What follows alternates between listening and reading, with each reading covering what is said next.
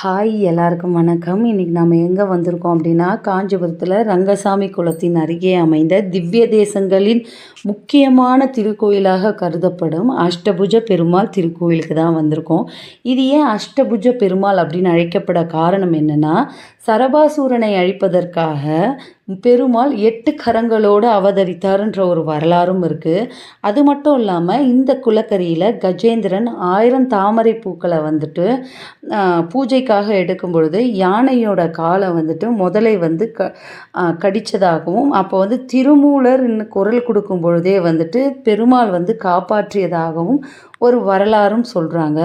அது மட்டும் இல்லாமல் இந்த கோயிலோட முற்பகுதியிலே பார்த்திங்கன்னா தச அவதாரங்களையுமே வந்துட்டு அழகிய சிற்பங்களாக இருக்கும். நீங்கள் அதையும் பார்த்து கழிப்பீங்க.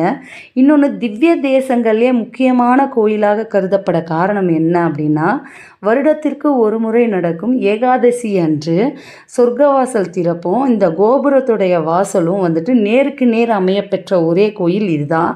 அது மட்டும் இல்லாமல் திவ்ய தேசங்கள்லேயே வந்துட்டு பரமபத வாசல் அமையப்பெற்ற கோயிலும் இதுதான் அப்படின்னு சொல்லப்படுது. அதனால தான் இந்த கோயில் மிகவும் சிறப்பு வாய்ந்த கோயிலாக கருதப்படுகிறது.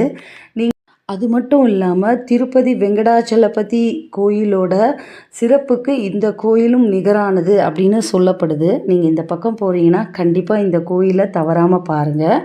கோயில்களை பற்றியும் அதனோட சிறப்புகள் பற்றியும் தெரிஞ்சுக்கணுன்னு விருப்பப்படுறவங்க இந்த சேனலை சப்ஸ்கிரைப் பண்ணிக்கோங்க. உங்களோட சப்ஸ்கிரிப்ஷன் என்னை வந்து மோட்டிவேட் பண்ணணுன்னு நம்புகிறேன்.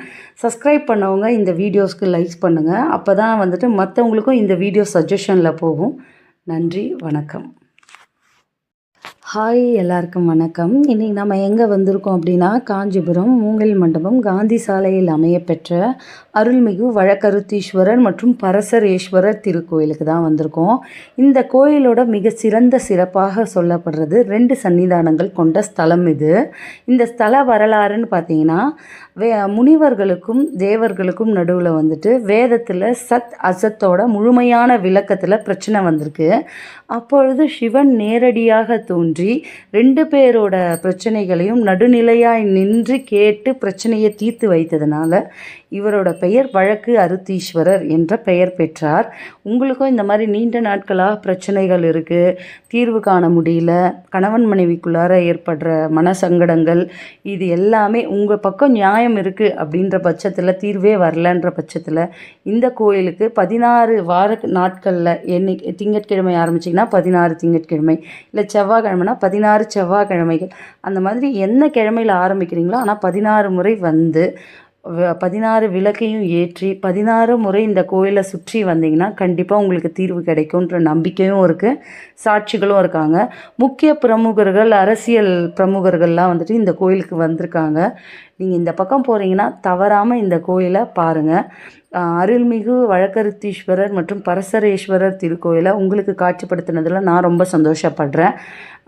கோயில்களையும் அதனோட சிறப்புகளையும் பற்றி தெரிஞ்சுக்கணுன்னு விருப்பப்படுறவங்க கண்டிப்பாக இந்த சேனலை சப்ஸ்கிரைப் பண்ணிங்க. உங்களோட சப்ஸ்கிரிப்ஷன் என்னை மோட்டிவேட் பண்ணணும்னு நம்புகிறேன். சப்ஸ்கிரைப் பண்ணவங்க இந்த வீடியோவுக்கு லைக் பண்ணுங்கள். அப்போ தான் இன்னொருத்தவங்களுக்கு இந்த வீடியோ வந்து சஜஷனில் போகும். நன்றி, வணக்கம்.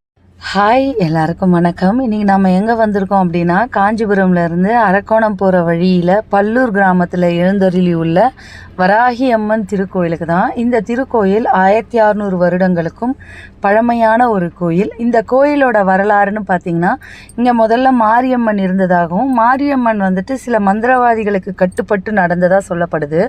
அப்பொழுது மாரியம்மனை மீட்பதற்காக வராகி அம்மன் இங்கே எழுந்தருளி மாரியம்மனை மீட்டதாகவும், அதுக்கப்புறம் வந்துட்டு வராகி அம்மனை இங்கே குடிக்கொண்டு இந்த எல்லா மக்களை வந்துட்டு காப்பாற்றியிருக்காங்க அப்படின்னு ஊர் மக்கள்லாம் சொல்கிறாங்க.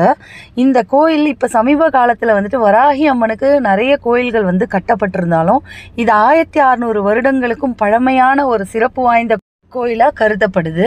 அதே மாதிரி இங்கே வந்துட்டு ஒரு நல்ல விஷயமா நான் பார்க்குறது என்னென்னா, உங்களோட திருமண வாழ்க்கையில் வந்துட்டு பிரச்சனைகளோ இல்லைனா வந்து மனசங்கடங்களோ இல்லை குடும்பத்தில் ஏற்படும் குழப்பங்களுக்கு வந்துட்டு இங்கே வந்து விளக்கு பூஜைகள்லாம் வந்துட்டு நடத்தப்படுது. அது மட்டும் இல்லாமல் தேய்பிறை பஞ்சமிக்கும் எல்லா வார நாட்களிலும் செவ்வாய்க்கிழமையும் வியாழக்கிழமையும் வந்துட்டு இங்கே வந்து பூசணி விளக்கும் தேங்காய் விளக்கும் வந்து ஏற்றுறாங்க. செய்வினை பிரச்சனைகள்லாம் இருக்குது அப்படின்னா பூசணி விளக்கும், குடும்பத்தோட விருத்திக்காகவும் தொழில் விருத்திக்காகவும் வந்துட்டு தேங்காய் விளக்கு இங்கே போடுறாங்க. நீங்களும் இந்த பக்கம் போகிறீங்கன்னா கண்டிப்பாக இந்த கோயிலை தவறாமல் பாருங்கள்.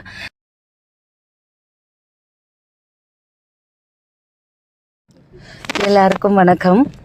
இன்றைக்கி நம்ம எங்கே வந்திருக்கோம் அப்படின்னா, காஞ்சிபுரத்தில் பேருந்து நிலையம் அருகாமையில் அமைந்த நம்மளோட தலையெழுத்தையே மாற்றக்கூடிய சக்தி படைத்த சித்ரகுப்தர் கோயிலுக்கு தான். இந்த திருக்கோயில் 9வது நூற்றாண்டில் கட்டப்பட்ட ஒரு கோயில். இந்த கோயில் இந்தியாவிலேயே 2 இடத்துல தான் இருக்குது. ஒன்று வந்து மகாராஷ்டிராவில், இன்னொன்று காஞ்சிபுரம். ஸோ நாம் இப்போ இன்றைக்கி வந்திருக்க இடம் காஞ்சிபுரத்தில் பேருந்து நிலையம் பக்கத்துலேயே இருக்கிற சித்ரகுப்தர் கோயில் தான். சித்ரகுப்தருடைய வரலாறு என்ன அப்படின்னிங்கன்னா, பார்வதி அம்மையார் வந்துட்டு ஒரு ஓவியம் வரைகிறாங்க. அந்த ஓவியம் அழகாக இருக்கிறதுனால பார்வதி அம்மா சிவன் கிட்ட வந்துட்டு இதுக்கு வந்து உயிர் கொடுக்கணும் அப்படின்னு சொல்கிறாங்க. அப்போ வந்துட்டு சித்திரத்தில் இருந்து வெளியே வா அப்படின்னு சொன்னதுனால தான் இவரோட பெயர் சித்ரகுப்தர் அப்படின்னு சொன்னதா ஒரு வரலாறும் இருக்குது. அது மட்டும் இல்லை, சித்ரகுப்தர் வந்து யமனுடைய கணக்காளராக இருக்கிறதுனால நம்மளோட பாவ புண்ணிய கணக்கை அவர் தான் வந்துட்டு வலது கையில் வந்துட்டு எழுத்தாணியில், இடது கையில் வந்துட்டு ஓலைச்சுவடியிலையும் எழுதிட்டுருக்காருன்னு இப்பயும் ஒரு நம்பிக்கை இருக்குது.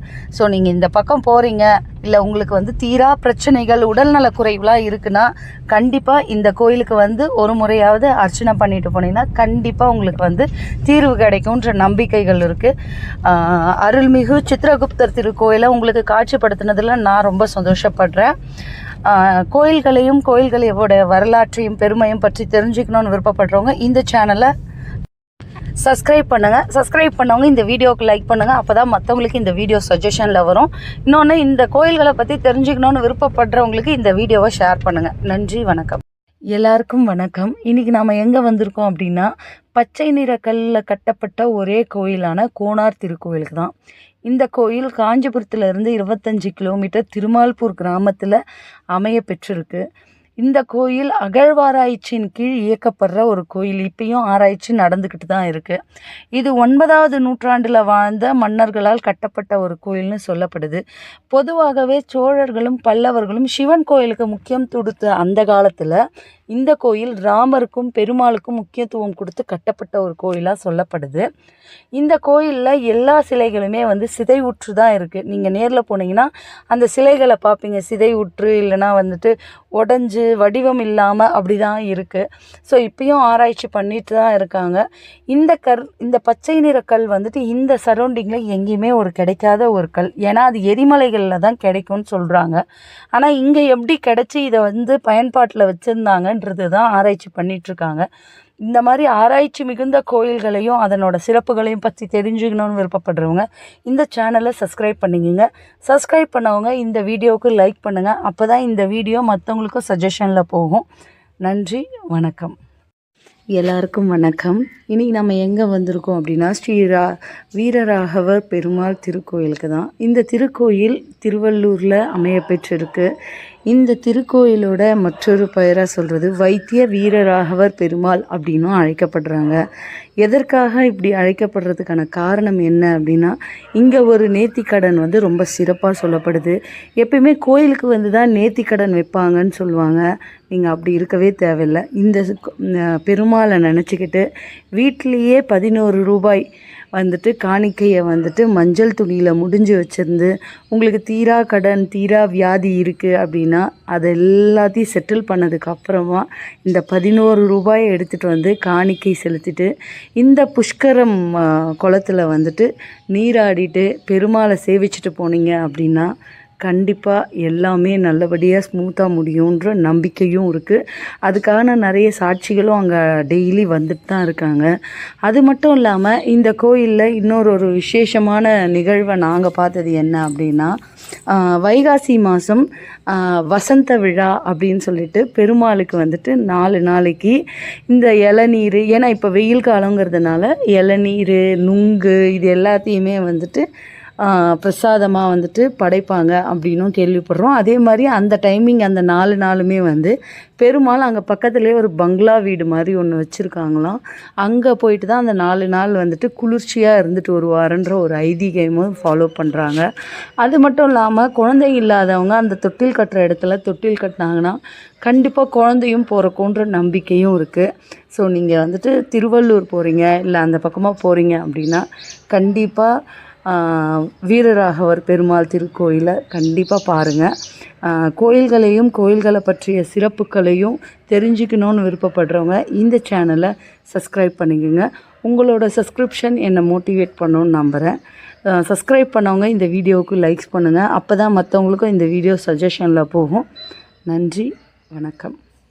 எல்லாருக்கும் வணக்கம். இன்றைக்கி நாம் எங்கே வந்திருக்கோம் அப்படின்னா, நடராஜர் முதலாக ஆனந்த தாண்டவம் ஆடிய ரத்தின சபை இது எங்கே அமைய பெற்றிருக்கு அப்படின்னா, திருவள்ளூர் மாவட்டம் திருவலாங்காடு பகுதியில் அமையப்பெற்ற வடரண்டேஸ்வரர் திருக்கோயிலுக்கு தான். இந்த வடரண்டேஸ்வரரோட கோயில் 10ஆம் நூற்றாண்டில் உருவாக்கப்பட்ட ஒரு கோயில். இந்த கோயிலோட மிகச்சிறந்த சிறப்பாக சொல்லப்படுறது என்னென்னா, மாந்தி தோஷம் சனி தோஷம் நீங்கணும் அப்படின்னா இந்த கோயிலுக்கு நீங்கள் கண்டிப்பாக வந்தீங்கன்னா மாந்தி தோஷம் சனி தோஷம் நீங்கி உங்களோட திருமண தடை அப்புறம் பொருளாதார முன்னேற்றங்கள் அடையலாம் அப்படின்றதுக்கான சாட்சிகளும் இருக்காங்க, நம்பிக்கையும் இருக்குது. நீங்கள் அது மட்டும் இல்லை, இந்த கோயிலோட முக்கிய சிறப்பாக சொல்லப்படுறது என்ன அப்படின்னா, இங்கே நடராஜர் ஆனந்த தாண்டவம் புரியும் பொழுது அவரோட காதில் இருந்து கம்மல் கீழே விழுந்ததாகவும் அந்த கம்மலை காதில் காலாலேயே போட்ட ஒரு உருவச்சிலையும் நீங்கள் இங்கே வந்தீங்கன்னா பார்க்கலாம். அது மட்டும் இல்லாமல் இந்த கோயிலோட ஒரு மிகப்பெரிய ரகசியத்தை பார்ட் 2 வீடியோவில் நான் உங்களுக்கு ரிவீல் பண்ணுறேன். நீங்கள் இந்த பக்கம் போகிறீங்கன்னா கண்டிப்பாக இந்த கோயிலை தவறாமல் பாருங்கள். கோயில்களையும் கோயில்களை பற்றின சிறப்புகளையும் தெரிஞ்சுக்கணுன்னு விருப்பப்படுறவங்க இந்த சேனலை சப்ஸ்கிரைப் பண்ணிங்க. சப்ஸ்கிரைப் பண்ணவங்க இந்த வீடியோவுக்கு லைக்ஸ் பண்ணுங்கள். அந்த லைக்ஸ் என்னை அடுத்த வீடியோ போடுறதுக்கு மோட்டிவேட் பண்ணும். நன்றி, வணக்கம். எல்லாருக்கும் வணக்கம். இன்றைக்கி நம்ம எங்கே வந்திருக்கோம் அப்படின்னா, நடராஜர் முதலாக ஆனந்த தாண்டவம் ஆடிய ரத்தின சபை இது எங்கே அமையப்பெற்றிருக்கு அப்படின்னா, திருவள்ளூர் மாவட்டத்தில் திருவலாங்காடு பகுதியில் அமையப்பெற்ற வடரண்டேஸ்வரர் திருக்கோயில் தான். இந்த திருக்கோயிலோட பார்ட் 1 வீடியோ பார்க்காதவங்க பார்ட் 1 பார்த்துட்டு பார்ட் 2 பார்த்தீங்கன்னா உங்களுக்கு ஒரு தெளிவு கிடைக்கும். பார்ட் 1ல் ஒரு ரகசியத்தை சொல்கிறேன்னு சொல்லியிருந்தேன். இந்த கோயில் உருவாக காரணம் அப்படின்னு பார்த்தீங்கன்னா, இங்கே ஆனந்த தாண்டவம் முதலாக நடராஜர் புரியும் பொழுது காதில் இருந்த கம்மல் கீழே விழுந்து அந்த கம்மலை காலாலேயே எடுத்த சிற்பங்கள் இங்கே இருக்குது. சிற்பங்கள் மட்டும் இல்லை, அந்த உருவச்சிலையும் இங்கே இருக்குது. நீங்கள் வந்தீங்கன்னா பார்ப்பீங்க. இன்னொன்று ரகசியம் என்ன அப்படின்னா, காரைக்கால் அம்மையார் இங்கேருந்து கைலாயத்திற்கு இவரோட ஆனந்த தாண்டவத்தை பார்க்குறதுக்காக கைகளாலே நடந்து போன ஓவியங்களும் இருக்குது, அந்த சிற்பங்களும் இங்கே இருக்குது. காரைக்கால் அம்மையார் சிவனிடம் ஒரே ஒரு வரம் கேட்குறாங்க, உங்களோட ஆனந்த தாண்டவத்தை என் வாழ்நாள் முழுவதுமே பார்த்துக்கிட்டே இருக்கணும் அப்படின்னு சொல்லி. அந்த வரத்தை சிவன் அளித்ததோடு மட்டும் இல்லாமல் பார்வதி அம்மாள் இவங்க யார் அப்படின்னு கேட்டதுக்கு சிவன் இவர் என்னோட அம்மான்னு சொல்லி இந்த கோயிலோட பின்புறத்தில் இவங்களுக்கு ஒரு கோயில் கட்ட சொல்லி அப்போவே ஒரு அந்த அரசர்கிட்ட கனவுல சிவன் சொன்னதா ஒரு புராண கதையும் இருக்குது. அதுதான் இந்த கோயிலோட மிகப்பெரிய ரகசியமாக சொல்லப்படுது.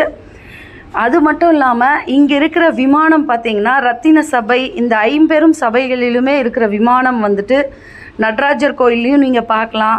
இந்த 5 சபையிலுமே இந்த மாதிரியான ஒரு விமானம் தான் இருக்கும். அதுதான் இதனோட தனிச்சிறப்பாகவும் சொல்லப்படுது. நீங்கள் இந்த பக்கம் போகிறீங்கன்னா கண்டிப்பாக இந்த கோயிலை தவறாமல் பாருங்கள். மாந்தி தோஷம் சனி தோஷம் நீங்கணுன்னாலும் இந்த கோயிலுக்கு கண்டிப்பாக நீங்கள் அர்ச்சனை பண்ணுங்கள்.